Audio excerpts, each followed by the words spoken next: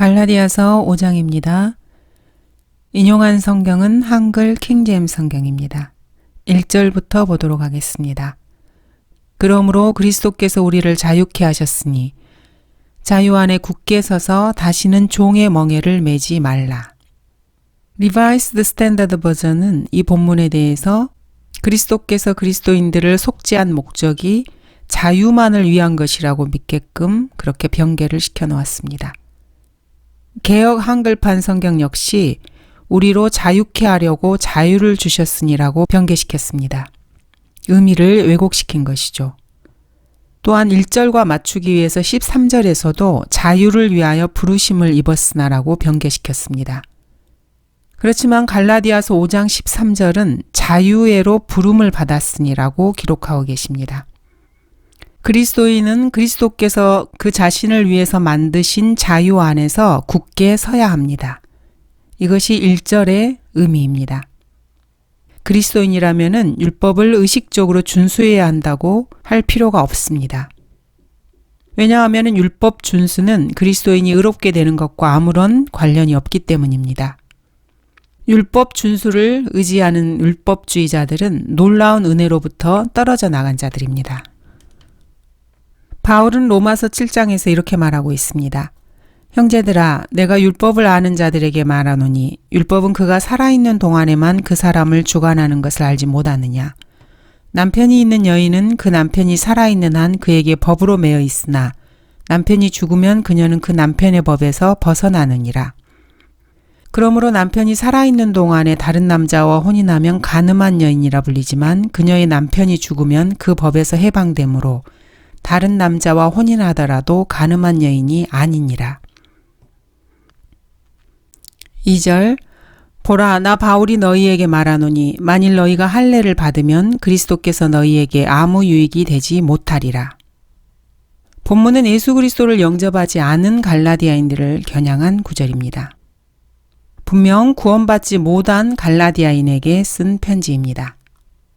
이러한 차이를 인지하지 못하고 거부하는 것은 하나님의 말씀을 악의적으로 공격하는 전형적인 태도입니다.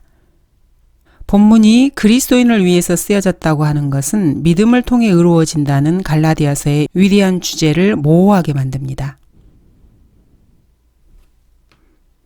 의롭게 되기 위해서 율법을 의지하는 사람들에게 예수 그리스도는 아무런 유익이 되지 못합니다. 그런 사람들은 은혜에서 떨어져 나간 사람들입니다. 구원을 받기 위해서 율법을 의지하는 사람은 모든 율법을 행해야만 합니다.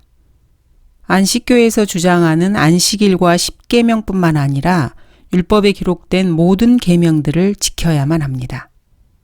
내가 할례 받은 모든 사람에게 다시 증거하노니 그는 온 율법을 행할 의무가 있는 자라. 누군가가 하나님 보시기에 의롭게 되기 위해서 할례를 행하려 한다면은 그 사람은 잃어버린 사람, 즉 구원받지 못한 사람이라는 말입니다.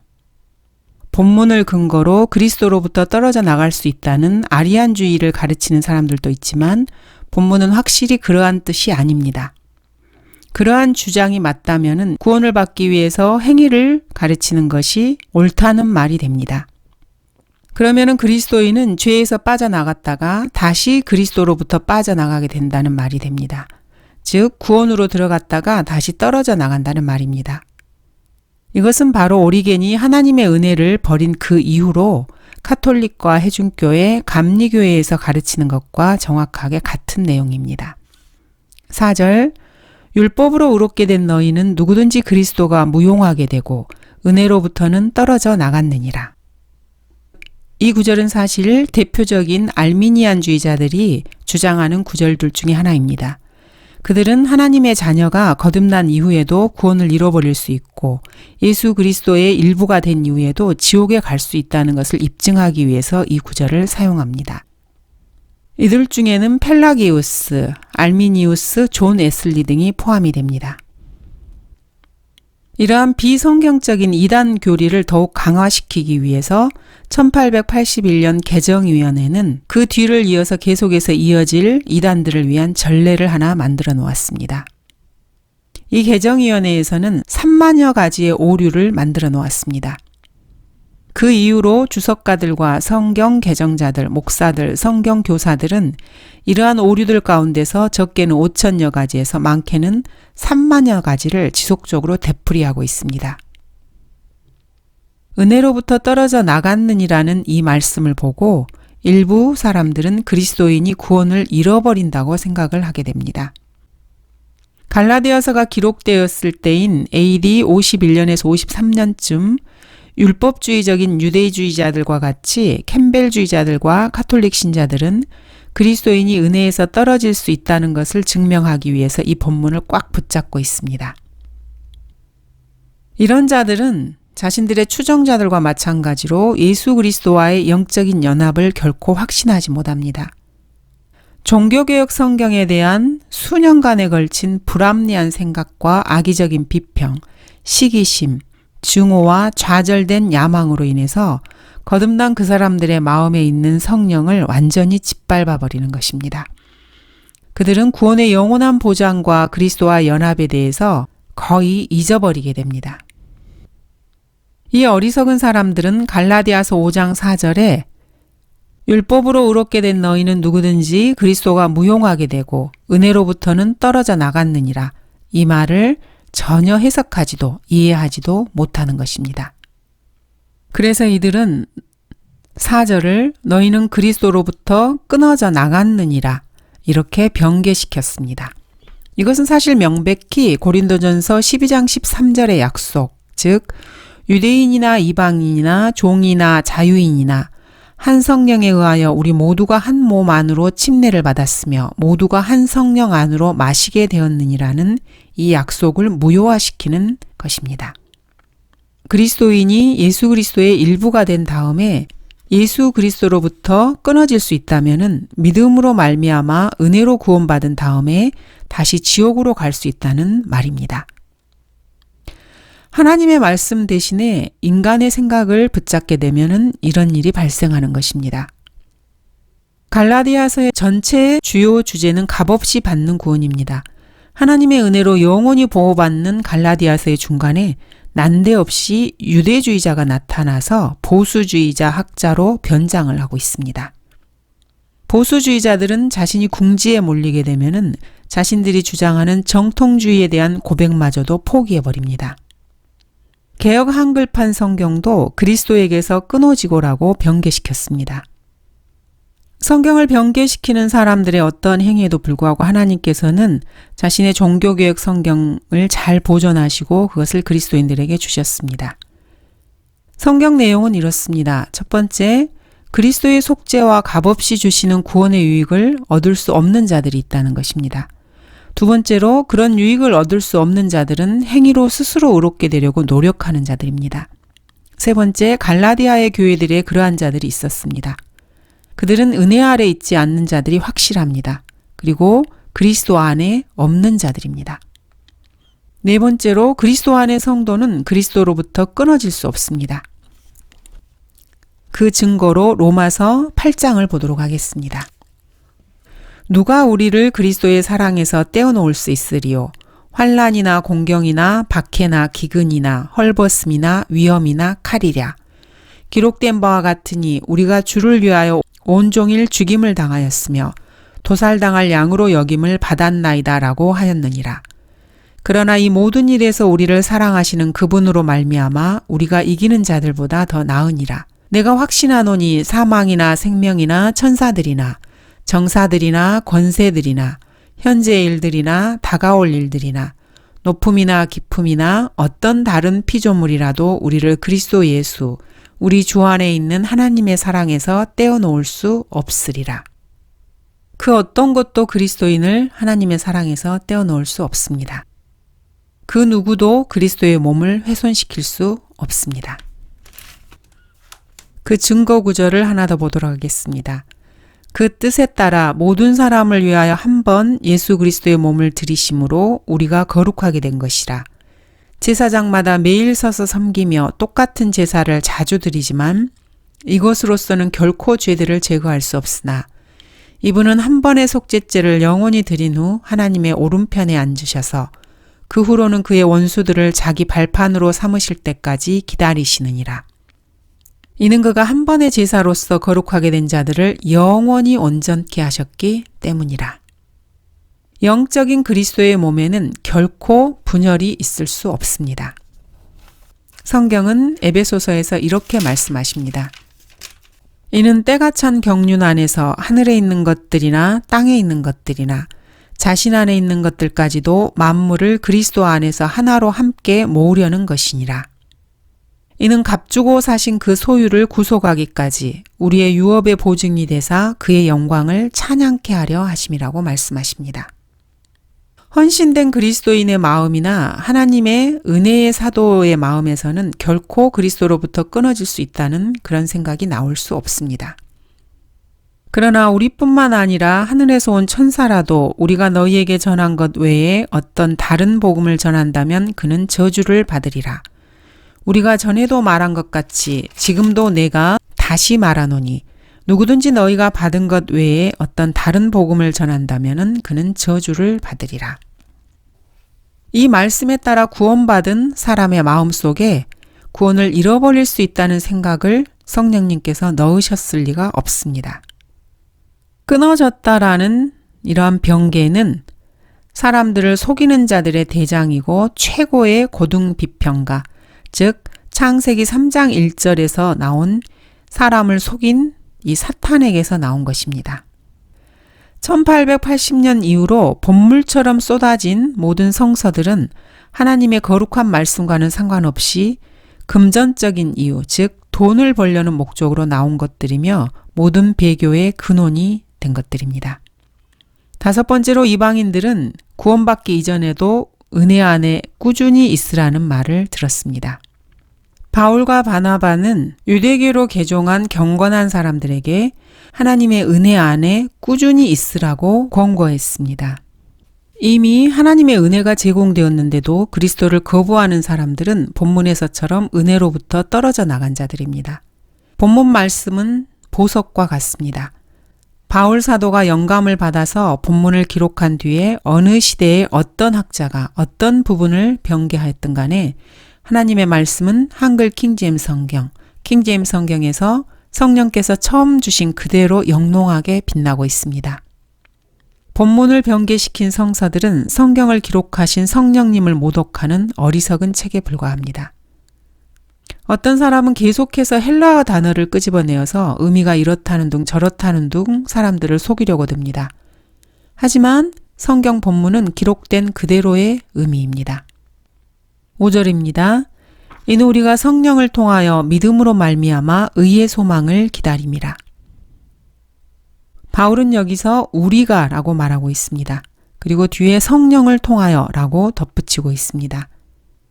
은혜를 거부한 사람들은 성령을 소유하지 않은 사람들입니다. 성경을 올바른 마음으로 보지 않은 사람들은 여기서 우리가가 그리스도 안에 머무는 자들에 대한 언급이라고 말하면서 구원을 잃어버릴 위험에 처할 수 있다고 주장을 합니다. 그리고 사람들이 의롭게 되기 위해서 기다리고 있다고 말을 하는 사람도 있습니다. 그렇게 해서 이런 사람들은 자신들이 보수주의자라고 생각을 하지만 사실 그들은 보수주의의 탈을 쓴 악한 자들입니다. 그들의 주장대로 하면은 의롭게 된 사람이 구원받은 이후에 뭔가를 기다리고 있다라는 그런 인상을 풍기게 됩니다. 본문에서 말씀하시는 의의 소망은 디도서에도 있습니다. 그 복된 소망, 곧 위대한 하나님이신 우리 구주 예수 그리스도의 영광스러운 나타나심을 기다리게 하셨으니. 그리스도인이 갖고 있는 소망은 우리 구주 예수 그리스도의 나타나심입니다. 요한일서에도 이 부분을 언급하고 있습니다. 보라, 아버지께서 어떠한 사랑을 우리에게 주셔서 우리로 하나님의 아들들이라 불리게 하셨는가. 그러므로 세상이 우리를 알지 못하나니 이는 세상이 그분을 알지 못했기 때문이라. 사랑하는 자들아, 이제는 우리가 하나님의 아들들이라. 우리가 어떻게 될 것인지는 아직 나타나지 아니하였으나 그가 나타나시면 우리가 그와 같이 되리라는 것을 아노니 이는 우리가 그분 그대로 그분을 볼 것이기 때문이라. 그분 안에서 이 소망을 가지는 사람은 누구나 그분이 정결하신 것처럼 자신을 정결케 하느니라. 배교자들과는 달리 그리스도인에게는 소망이 있습니다. 이러한 소망은 로마서 8장에도 나타납니다. 만일 그리스도께서 너희 안에 계시면 몸은 죄로 인하여 죽은 것이나 성령은 의로 인한 생명이니라. 예수를 죽은 자들로부터 살리신 분의 영이 너희 안에 거하시면 그리스도를 죽은 자들로부터 살리신 분이 너희 안에 거하시는 그분의 영으로 인하여 너희의 죽을 몸도 살리시리라. 너희를 위하여 하늘에 쌓여 있는 소망 때문이니 이 소망은 너희가 전에 복음의 진리의 말씀 안에서 들은 바라. 이렇게 성경 곳곳에서는 그리스도인들의 소망을 다루고 계십니다. 이 소망은 전가된 은하, 믿음으로 값없이 주시는 의롭게 된과는 전혀 상관이 없는 것입니다.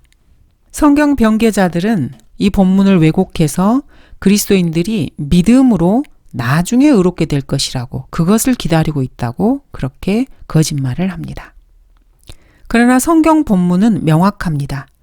성경 본문은 이렇게 말씀하고 계십니다. 우리는 그리스도 안에 있으며 우리 그리스도인들이 성령을 통하여 기다리고 행하며 복된 소망으로 나타나게 될 것을 고대하는 것은 우리 그리스도인들의 의이신 그분이 나타나실 때 그리스도인들의 믿음의 마지막 결과가 나타나는 것을 너희가 볼 수 있기 때문이야. 이렇게 말씀하고 계신 것입니다. 6절입니다. 예수 그리스도 안에서는 할례나 무할례가 쓸모없고 오직 사랑으로 역사하는 믿음뿐이니라. 갈라디아인들은 에베소인들처럼 그리스도 안에 있으며 한 성령에 의해서 그리스도 안으로 침례받았고 믿음으로 의롭게 되었고 은혜로 구원받았습니다. 극단적 세대주의자들은 에베소서가 기록된 시기와 하나님의 은혜의 경륜이 시작된 시기를 혼동합니다. 이 본문은 이러한 잘못된 사람들을 바로잡아주는데 아주 중요한 본문입니다. 본문 말씀은 별다른 설명이 없는 아주 분명한 본문입니다. 외적인 조건들은 더 이상 구원과 관련이 없습니다. 그러므로 더 이상 할례나 무할례를 자랑할 수가 없습니다. 주님께서는 이러한 것들을 모두 무시하시고 오직 사람의 마음만을 보십니다. 주님께서는 성도 안에서 믿음을 찾으십니다. 이 믿음은 첫째가는 두 계명들을 지키는 데서 드러나는 믿음입니다. 성경은 이렇게 말씀하십니다. 서로 사랑하는 것 외에는 아무에게도 어떤 빚도 지지 말라. 다른 사람을 사랑하는 사람은 율법을 이룬 것이니라. 이는 이것 즉 너는 간음하지 말지니라. 너는 살인하지 말지니라. 너는 도둑질하지 말지니라. 너는 거짓 증거하지 말지니라. 너는 탐내지 말지니라 한 것과 그 외에 다른 계명이 있을지라도 이 말씀으로 모두 요약될 수 있음이니 즉 너는 내 이웃을 내 자신과 같이 사랑하라는 것이라. 사랑은 자기 이웃에게 악을 행치 아니하느니라. 그러므로 사랑은 율법의 완성이니라. 성령의 열매는 사랑입니다. 자기 자신이 할례를 받은 것이나 다른 사람에게 할례를 주는 것, 이런 것은 그리스도인에게 아무런 유익도 주지 못합니다. 구원받지 못한 자들을 의롭게 하지도 못합니다. 다음 구절부터는 교회들 안에 있는 성도들을 향해서 기록된 구절들입니다. 7절입니다. 너희가 잘 달려가고 있더니 누가 너희를 진리에 순종하지 못하도록 막더냐. 이러한 권면은 너희를 부르시는 이에게서 나온 것이 아니니라. 그리스도인이라면은 경주에서 달리는 사람입니다. 그리스도인은 시작하고 끝내시는 분이 누구인지 잘 알고 있습니다. 성경은 이렇게 기록하고 계십니다. 그러므로 이처럼 많은 구름 같은 증인들이 또한 우리를 둘러싸고 있으니 우리 또한 모든 무거운 것과 쉽게 에워싸는 죄를 벗어버리고 인내로 우리 앞에 놓인 경주를 하자. 그리고 우리 믿음의 창시자요 완성자이신 예수를 바라보자. 그는 자기 앞에 놓인 즐거움을 위하여 십자가를 견디시고 수치를 개의치 아니하시더니 하나님의 보좌 오른편에 앉으셨느니라. 너희가 마음이 지쳐 낙심치 않기 위하여 자기에게 저질러진 죄인들의 그와 같은 모순된 행동들을 견뎌내신 그를 깊이 생각하라. 너희가 죄와 맞서서 싸우되 아직 피 흘리기까지는 대항하지 않았으며. 그리스도인이라면 이러한 경주를 시작하기 전에 자신의 주머니에 있는 모든 무거운 것들을 내려놓아야만 합니다. 그리스도인은 보이기 위해서 달리는 사람들이 아닙니다. 이기기 위해서 달리는 사람들입니다. 경기장에서 달리는 사람들이 모두 달릴지라도 한 사람만이 상을 받는 것을 너희가 알지 못하느냐. 그러므로 너희도 상을 얻게 되도록 달리라. 하나님의 명령입니다. 그리스도인들의 달려가는 길은 결국 끝나게 될 것입니다. 또한 그들이 그들의 귀를 진리에서 돌이켜 꾸며낸 이야기로 돌리리라. 그러나 너는 모든 일에 정신을 차리고 고난을 견디며 전도자의 일을 하고 내 직무를 완수하라. 내가 이미 제물로 드려질 준비가 되어 있고 떠날 때가 이르렀도다. 내가 선한 싸움을 싸우고 달려갈 길을 마치고 믿음을 지켰으니 이후로는 나를 위하여 의의 면류관이 마련되어 있어 의로운 재판관이신 주께서 그날에 그것을 내게 주실 것이며 또 나뿐만 아니라 그의 나타나심을 사모하는 모든 사람에게도 주실 것이라. 세상은 귀를 돌이켜서 진리에서 꾸며낸 이야기로 자신의 귀를 돌이킵니다. 그렇지만 그리스도인이라면 모두가 정신을 차리고 고난을 견디며 전도자의 일을 하고 하나님께서 그 자신에게 주신 직무를 완수해야만 합니다. 바울 역시 자신이 제물로 드려질 준비가 되어 있고 떠날 때가 이르렀다는 것을 잘 알고 있었습니다. 그래서 자신의 영적 아들인 디모데에게 선한 싸움을 싸우고 달려갈 길을 마치고 자신이 믿음을 지켰다고 합니다. 그리스도인이 달리는 경주는 언젠가 끝나게 됩니다. 달리는 동안에 믿음을 지켜야만 합니다. 이 말은 하늘나라에 가기 위해서 계속해서 믿음을 행사해야 한다. 이런 뜻이 아닙니다. 진리에 순종한다는 것은 그 다음 구절에 잘 설명되어 있습니다. 복음의 진리에 순종하는 것과 복음의 진리 안에서 계속 행하는 것은 서로 다른 것입니다. 복음의 진리에 순종하는 것은 죄의 종이었으나 우리에게 전하여 준 교리의 본을 마음으로부터 순종하는 것입니다. 복음의 진리 안에서 계속 행한다는 것은 그것과는 다른 것입니다. 바울은 복음의 진리 안에서 계속 행하지 못한 베드로를 책망한 적이 있습니다. 복음의 진리를 따라 올바르게 행치 않는 것을 보고 모든 사람 앞에서 베드로에게 이렇게 말을 했습니다. 당신은 유대인으로서 유대인처럼 살지 아니하고 이방인들의 방식을 따라 살면서 어떻게 이방인들을 유대인처럼 살도록 강요하느냐. 이렇게 복음의 진리에 순종하는 것과 복음의 진리 안에서 계속 행하는 것은 서로 다른 것입니다. 복음의 진리 안에서 계속 행한다는 것은 거듭나서 구원받은 이후에 그리스도인의 삶을 말하는 것입니다. 8절 이러한 권면은 너희를 부르신 이에게서 나온 것이 아니니라. 로마서 12장은 자신의 몸을 하나님 앞에 산 제물로 드리라고 명령하고 계십니다. 그렇게 함으로써 하나님의 선하시고 기뻐하시고 온전하신 뜻을 발견하고 그 안에서 행하라는 것입니다. 그러나 많은 그리스도인들이 이러한 로마서 12장에서의 하나님의 뜻을 발견하기도 전에 모래에 빠져서 옴짝달싹 못하고 있는 그런 상황에 놓여 있습니다. 예수 그리스도를 믿고 거듭났다는 것은 이제 출발선상에 설 수 있는 자격이 갖추어졌다는 것입니다. 그 이상도 그 이하도 아닙니다. 그리스도인이라면 온갖 영을 다 믿어서는 안 됩니다. 그 영들이 하나님께 속하였는지 시험해 봐야만 합니다. 이것은 하나님의 명령입니다.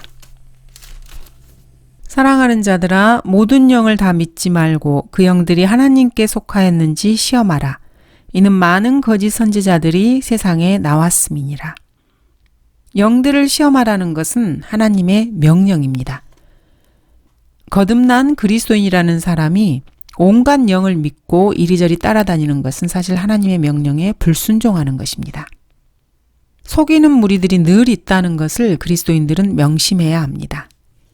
9절 적은 누룩이 온 반죽을 부풀게 하느니라. 여기에는 성경에서 자주 발견되는 아주 중요한 진리가 있습니다. 사실 이 법칙은 보편적인 진리입니다.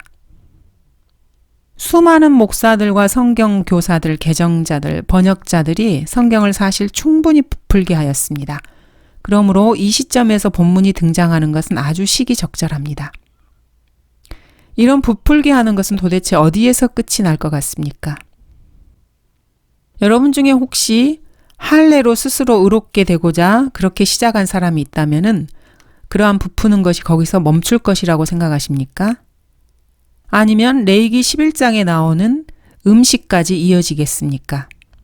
아니면은 레위기 23장, 25장에 나오는 절기들까지 이어지는 것입니까? 혹은 레위기 10장에서 16장에 나오는 정결에 관한 율법은 피할 수 있는 것입니까?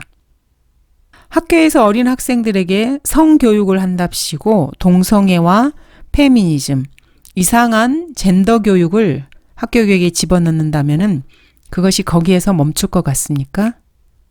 고등학교, 중학교, 심지어 초등학교 학생들에게 피임기구와 피임약 등의 사용법을 알려주면은 계속해서 동성연애, 변태성욕, 세디즘, 매저키즘을 가르치는 것으로 이어지는 것은 아닙니까?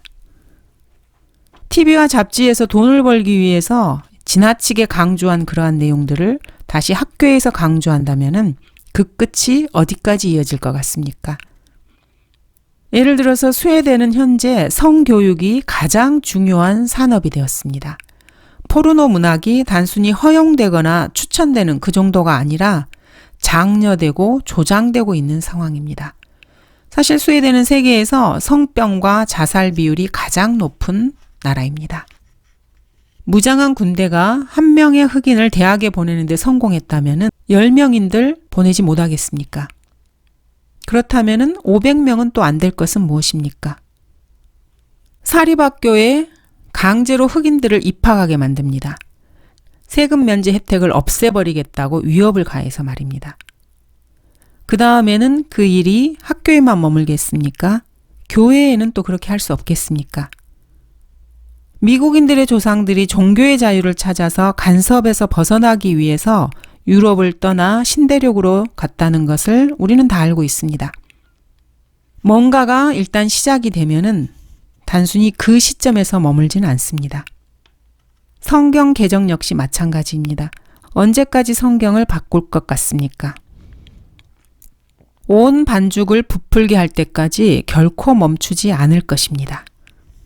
성경에서 삼위일체의 구절을 가장 정확하게 나타내고 있는 요한일서 5장 7절을 성경 개정자들은 삭제시켰습니다. 거기에서 끝나지 않습니다. 한두 단어를 삭제한다면 세 단어는 삭제하지 못할 이유가 뭐겠습니까? 세 단어를 삭제했다면 5단어는 또 왜 못하겠습니까? 한 구절을 삭제했다면 10구절, 30구절, 100구절 역시 삭제할 수 있습니다. 2000구절인들 삭제하지 못하겠습니까? 복음주의자라고 하는 조나 라이스가 킹제임스 성경을 내던지고 NASV를 추천하는 것과 카톨릭 교황 바오로 2세가 토빗을 추천하는 것, 이 둘 사이에 무슨 차이가 있겠습니까? 둘 다 같은 필사본에서 나온 것입니다. 영적인 관점에서 보자면은 이 둘은 같습니다. 성경은 적은 누룩이라고 말씀하십니다. 결코 누룩이 많은 것이 아닙니다. 로마 카톨릭이 왕국의 자녀들 사이에서 전체를 부풀게 하는 누룩은 아주 적은 누룩이었습니다. 성경 변개는 결코 멈추지 않습니다. 대한성서공회 역시 보다 나은 성경 출판을 위해서라는 명분 아래 개역 한글판 성경, 공동번역, 표준 세번역 등 누룩을 퍼뜨리는 행보를 멈추지 않고 있습니다. 카톨릭 예수회는 킹제임스 성경을 대체시키기 위해서 1881년에 영국 개정위원회를 이용했습니다. 그 이전부터 시작된 이러한 배교의 물결은 지금도 멈추지 않고 거세게 휘몰아치고 있습니다. 100년이 약간 넘은 이 시점에서 100여 종이 넘는 영어 성서들이 본물처럼 쏟아져 나왔습니다. 이들은 사실 예수의 지시를 따르는 자들입니다. 웨스트코트와 홀트가 퍼뜨린 누룩이 온 반죽을 부풀게 하고 있습니다. 시중에 나온 새로운 역본들 치고 로마 카톨릭과 연관되지 않은 것은 아마 하나도 없을 것입니다. 적은 누룩이 온 반죽을 부풀게 하는 것입니다. 하나님의 말씀은 빵으로 비유됩니다. 그런데도 본문의 말씀을 성경 변개와 연관해서 설명하지 않는다면은 그 사람은 마귀의 하수인입니다. 그 사람은 마귀에게서 뭔가를 받고 있는 사람입니다. 누룩을 엉뚱하게 거짓 교리에만 적용하는 것입니다. 심지어 이 누룩이 좋은 것이라고 주장하는 성경 교사들도 있습니다. 누룩이 온 반죽을 부풀게 하는 것은 하나님의 나라가 확산된다고 이렇게 설명을 합니다. 이것은 참으로 끔찍스러운 사사로운 해석입니다. 적은 누룩이 온 반죽을 부풀게 하는 것입니다. 수천 톤이 넘는 많은 누룩이 아닙니다. 500kg 정도의 많은 누룩도 아닙니다. 가장 위험한 성경은 완전히 의역을 해서 펴낸 현대인을 위한 기쁜 소식, 이런 것이 아닙니다. 가장 위험한 성경은 가장 적은 병계, 가장 적은 누룩을 갖고 있는 성경입니다.